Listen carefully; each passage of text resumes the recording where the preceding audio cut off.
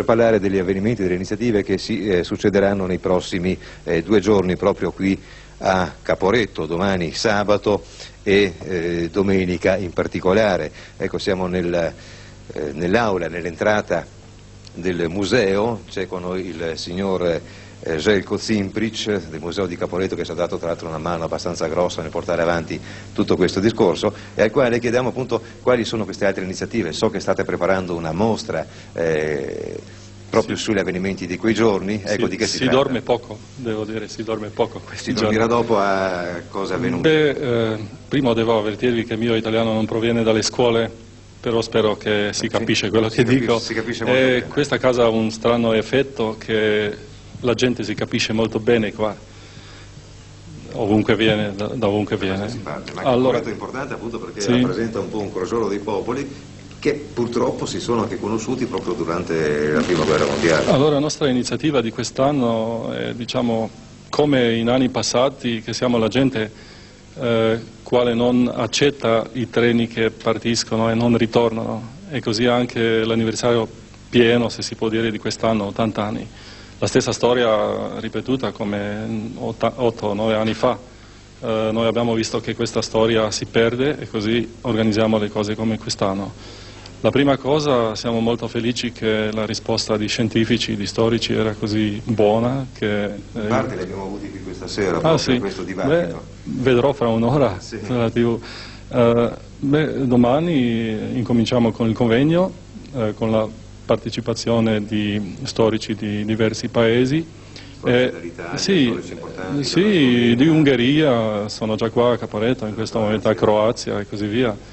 Il filo rosso in quest'anno è che si incontrano i storici, la scienza, poi l'altra cosa, un evento culturale, i corpi bandistici, non per festeggiare qualcosa, ma per ricordarsi i veterani, che sono pochi, rimasti ancora vivi. Sì, molto bravo, sì. E poi la terza, che si incontra la gente dei musei, allora l'eredità materiale, dalle foto fino agli oggetti.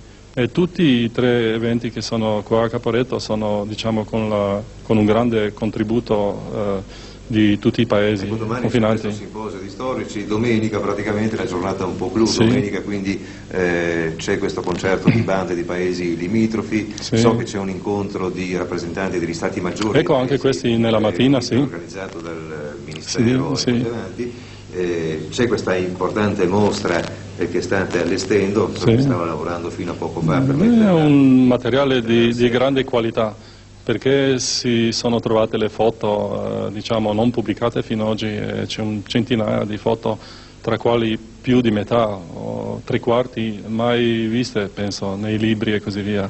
Penso che questa mostra sarà una grande scoperta per tanti anche autori dei libri e così via, no? Potranno usarle, quello non dipende solo da noi, perché l'allestimento è fatto con il contributo, diciamo, del Museo Statale di Guerra di Budapest, poi il Museo Storico di Rovereto, Museo di Guerra, poi il Centro Culturale del Monfalconese, un po' difficile per me. Io la ringrazio, signor Cimprić, dobbiamo concludere. Quindi penso che sarà interessante sia essere domani presente a questo convegno di storici, come dicevamo sono storici di grande levatura che hanno studiato tutto questo fenomeno, ma anche domenica perché si tratterà, abbiamo dimenticato anche la celebrazione alle ore 11 mi pare al Sacrario per ricordare appunto i morti italiani organizzato dall'ambasciata di Lubiana. Fa tutto parte di questi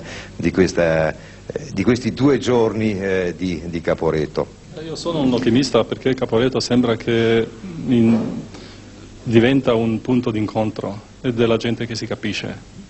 Finalmente punto d'incontro e non punto di scontro come è stato nel passato. Grazie a lei signor Cimprić, grazie naturalmente anche alla direzione del Museo di Caporetto che ci ha dato una grossa mano, come dicevo prima, nell'organizzare questa serata televisiva, un museo che ricordiamo, l'abbiamo detto in apertura, nel 1993 appunto per le cose che espone e come le espone è stato insignito di un premio da parte del Consiglio d'Europa e che certamente merita visitare come museo ma anche come località. Grazie a chi ci ha seguiti fino ad ora da Caporetto e buonasera. Ora sono già da un mese nell'alta valle dell'Isonzo in quel noto paese di montagna che abbiamo conquistato nel corso dell'ultima offensiva. Dormiamo in una grotta. Soffriamo il freddo per le continue bufere di neve che infuriano da quando sono arrivato qua. Ma mi sono già abituato. Non avrei mai creduto di potermi addormentare in queste condizioni impossibili. Ma l'uomo si adatta a tutto. Pensa, adesso non mi svegliano più neanche i cannoni. I proiettili li riconosciamo dal sibilo. Il proiettile calibro 75 stride, quello da 149 russa, il calibro 152 fischia e quello da 305 ulula. Questo frastuono e questo strepito sono diventati qualcosa di quotidiano. Diversamente, per quanto mi riguarda, è tutto a posto e mi sento bene. Non rimpiango e non sento troppo la mancanza dei nostri posti. Sento solo la vostra mancanza, miei cari, perché non so quando potrò rivedervi.